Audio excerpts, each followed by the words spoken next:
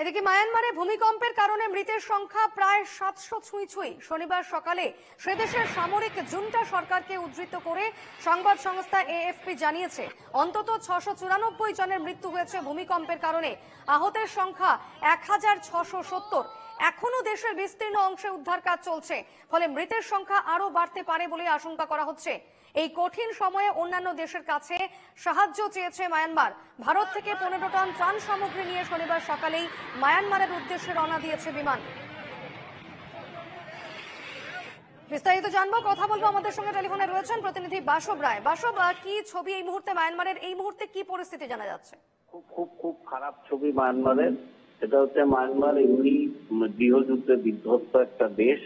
Junta সরকার এবং তার বিরোধীদের মধ্যে দীর্ঘদিন ধরে এই যুদ্ধ চলছে।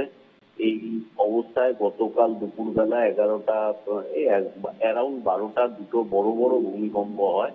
তারপরে তার আফটার শক ছিল গোটা দিন ধরে প্রায় 12-14টা আফটার শক হয়েছে। মায়ানমারের যে মন্ডালয় বলে যে অঞ্চলটা, এটা পুরোটাই ভেঙে পড়েছে। কয়েকটা সেতু ভেঙে পড়েছে, জলের রিজার্ভার ভেঙে পড়েছে এবং যে ভূমিকম্পের তীব্রতা এতটাই বেশি ছিল, প্রায় 900 কিলোমিটার দূরে ব্যাংকক, সেখানে একটা 30 তলা বাড়ি ভেঙে গেছে।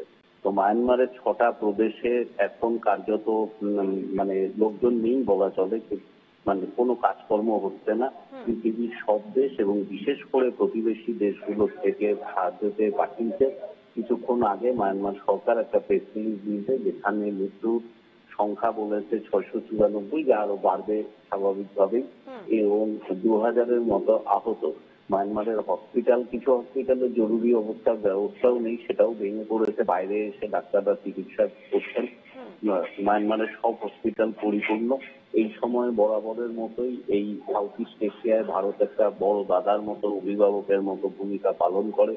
সেটা আমরা শ্রীলঙ্কার ক্ষেত্রেও দেখেছি, বাংলাদেশের ক্ষেত্রেও দেখেছি। এবার মায়ানমারে ভারত প্লেন পাঠিয়েছে 15 টন মানে ত্রাণ সামগ্রী নিয়ে। ভারতীয় প্লেন উড়ে গেছে মায়ানমারে।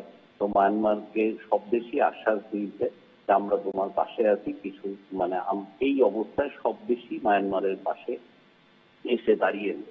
কিন্তু এর ফলে যে দীর্ঘস্থায়ী ক্ষতিটা হবে মায়ানমারে, সেখান থেকে মায়ানমার কবে উঠে আসতে পারবে, এখন সেটাই হচ্ছে দেখার। একদম, ধন্যবাদ বাসব।